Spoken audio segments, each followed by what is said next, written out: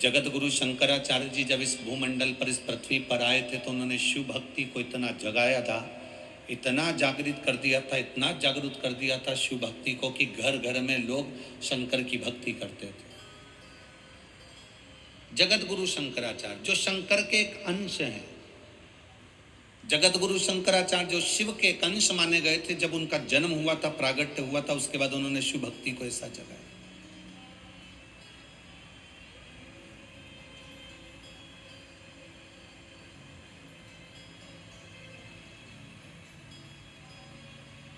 और जगत गुरु शंकराचार्य ने उस समय पर भगवान शंकर की भक्ति को घर घर तक पहुंचाया था। ऐसा कोई नगर नहीं, ऐसा कोई गांव नहीं, ऐसा कोई शहर नहीं, ऐसा कोई महल नहीं जिसमें शंकर का शिवलिंग नहीं था और शंकर की भक्ति नहीं थी। सब शिव की भक्ति करते थे।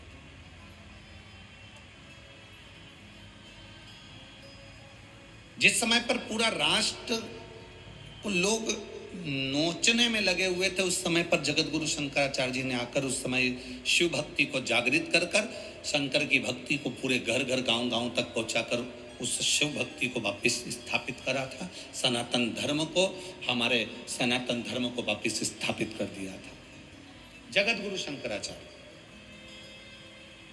और जगत गुरु शंकराचार्य जी के जो शिव का एक अंश है, उनके परम धाम का जब स्मरण हो गया, उसके बाद में धीरे धीरे धीरे धीरे वापिस लोगों ने अपने अपने पंथ बना लिए। कोई कहता है हम नारायण वाले हैं, कोई कहता है हम कृष्ण वाले हैं, कोई कहता है हम दत्त वाले हैं, कोई कहता है हम इनके वाले हैं, कोई कहता है हम इस संप्रदाय के हैं, कोई कहता है हम इस संप्रदाय के हैं। लोगों ने अपने अपने संप्रदाय बना दिए। कोई कहता है हम शंख चक्र के, कोई कहता है हम श्री जी पंथ के, कोई कहता है हम शिव पंथ के, कोई कहता है हम दत्त पंथ के, कोई कहता है हम वारकरी पंथ के, कोई कहता है हम इस पंथ के, कोई कहता है हम उस पंथ के। लोगों ने अपने अपने पंथ बनाए, अपने अपने भाव से। लोगों ने, जब जगत गुरु शंकराचार्य जी ने शिव जी की स्थापना करी, गांव गांव में शंकर की पूजन होने लगी, घर घर में शिव स्थापित कर दिए, लोग शंकर को अपना एक इष्ट के साथ में अपना स्नेह रखते थे। और जब फिर जगत गुरु शंकराचार्य जी महाराज जब जाते हैं, उसके बाद में संपूर्ण पृथ्वी पर लोगों ने अपने अपने पंथ बनाकर सनातन धर्म को तोड़ दिया, सनातन धर्म को विच्छित कर दिया। फिर अपने अपने लोगों ने पंथ बना लिए।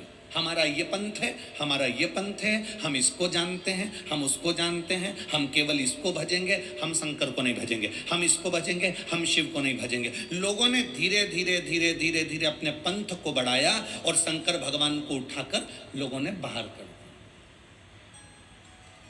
सारे मंदिरों में लोग जाते थे, पर शिव के मंदिर में लोग केवल सावन के महीने में और शिवरात्रि के सिवाय कभी नहीं जाते थे। देखा है ना आप लोगों ने पूर्व का समय, आज से 5-6 साल, 7 साल, 8 साल पहले का निकालिए। लोग केवल मंदिर को छोड़कर 10 साल का आप निकालेंगे तो केवल सब मंदिरों में जाएंगे लोग, पर शिव के मंदिर में नहीं जाएंगे। स्वान बैठे रहते थे, जाले लगे रहते थे, गंदगी पड़ी रहती थी, अंधेरा पड़ा रहता था। पर फिर मेरे भोलेनाथ ने कुछ ऐसी कृपा कर दी, मेरे शंकर ने फिर कोई करुणा कर दी और ये शिव महापुराण की कथा ऐसी प्रारंभ हुई कि कलयुग के लोगों को मालूम पड़ गया कि शंकर ही मूल है। कलयुग के लोगों को ये ज्ञात हो गया कि शिव मूल है। हम इनसे क्यों दूर थे, हम शंकर से क्यों दूर हैं। जब दशरथ जी महाराज शिव को याद करते हैं, राजा जनक जी शिव को याद करते हैं, दत्तात्रेय भगवान शिव को याद करते हैं, स्वामी समर्थ शिव को याद करते हैं, हरि विठ्ठल शिव को याद करते हैं। हरि विठ्ठल के मस्तक पर शिवलिंग है। ऐसा कोई धाम नहीं जिस धाम में शिव नहीं। बद्रीनाथ जाओ तो केदारनाथ पास में है, तिरुपति जाओ तो कपिलेश्वर महादेव पास में है, नाथ द्वारा जाओ तो एक लिंग जी पास में है। ऐसा कोई धाम नहीं जहाँ पर शिव नहीं है। शंकर सब दूर है, पर हम धीरे धीरे धीरे धीरे इन सभी विचारों में पढ़ते पढ़ते हमने शंकर को दूर हटा दिया था। और बीच में ऐसा भी समय आ गया था कि ऐसे ऐसे महाराज आ गए थे कि उन्होंने कह दिया था घर में शंकर का शिवलिंग नहीं रहना चाहिए। लोगों ने उस शिवलिंग को भी उठा के पीपल के पेड़ के नीचे रख दिया था, नदियों में विसर्जन कर दिया था या मंदिरों में रख दिया था। पर जो समझदार है, जो जानता है कि शंकर शंकर है, मृत्यु की घड़ी में कोई पास में नहीं होगा, वो शमशान में रहने वाला मेरा कालाधिपति तुम्हारे नजदीक में रहेगा।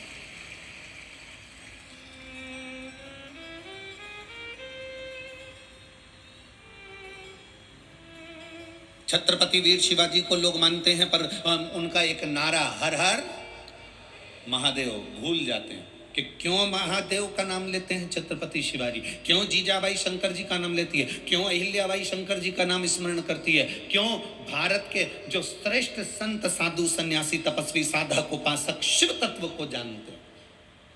हमने शिव को दूर कर दिया, हमने बहुत सारे विचारों को अपने भीतर उतार लिया। शंकर एकदम, लोग कहते हैं ये क्रोध का देवता, इसको रुद्र कहते हैं। तुम्हारे पति को पागल कुत्ता काटा है जो हर कभी गुस्सा कर दे?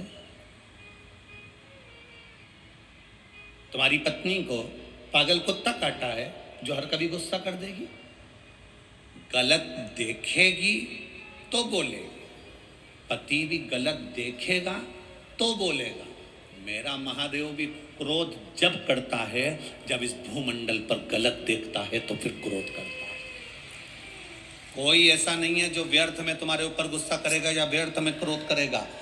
आप अगर कुछ कह रहे हो, उसका जवाब वो दे रहे हैं, अगर हो सकता है कि वो गलत हो तो फिर उसका क्रोध आएगा ही। लोगों ने कहा शिव रुद्र है, क्रोध है। ना ना ना ना, शंकर भगवान क्रोध के देवता है ना, ऐसा नहीं है। शंकर भगवान तो सत्यम शिवम सुंदरम, सत्य भी शिव है। शिवम का मतलब मालूम है?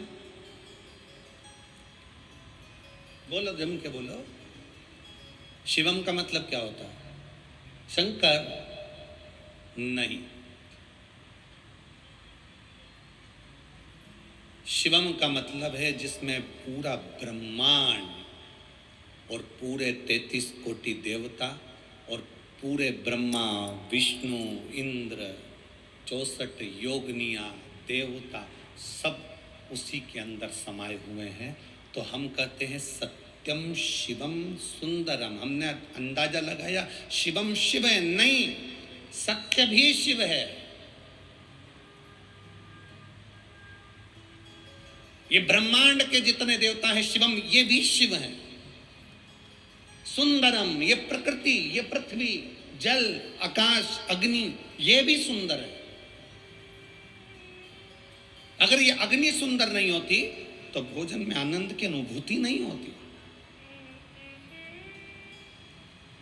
बस समय समय की एक गणना है। जो सूर्य की रोशनी ठंड में तुमको अच्छी लगती है, वही सूर्य की रोशनी तुम्हें गर्मी में जलती है। गर्मी में तुम्हें बुरी लगती है, बहुत गर्मी लग रही है, वही सूर्य की रोशनी तुम ठंड में बाहर निकल के बैठते हो, थोड़ी सूरज की रोशनी आ जाए, थोड़ी ठंडक, मुझे शांति मिल जाए, मुझे अच्छा लगेगा। सूर्य की एक रोशनी तुम्हें अच्छी लग रही है और एक रोशनी तुम्हें बुरी लग रही है। जल एक तरफ अच्छा लगता है, जब कुएं में पानी नहीं होता, पानी आ जाए तो अच्छा, बोर में पानी आ जाए, नदी में पानी आ जाए, तालाब में पानी आ जाए, हमारे घर के हापसी में हेडपंप में पानी आ जाए, हमारे ट्यूबवेल में पानी आ जाए, अच्छा लगेगा। टंकी में पानी आ जाए, अच्छा लगेगा। नल चालू करो, पानी आ जाए, अच्छा लगेगा। पर वही पानी जब बाढ़ के रूप में आ जाता है, क्रोध कर आ जाता है, तो बुरा लगता है। हवा चले, गर्मी लग रही है, थोड़ी थोड़ी ठंडी ठंडी हवा चले तो अच्छी लगती है, पर वो आंधी के रूप में आती है तो बुरी लगती है। हवा वही है, अच्छी भी चलेगी और तुम्हें बुरी भी लगेगी, अच्छी भी लगेगी और बुरी भी लगेगी। मन है हमारा, हमारा चित्त, हमारा हृदय, हमारा आनंद है।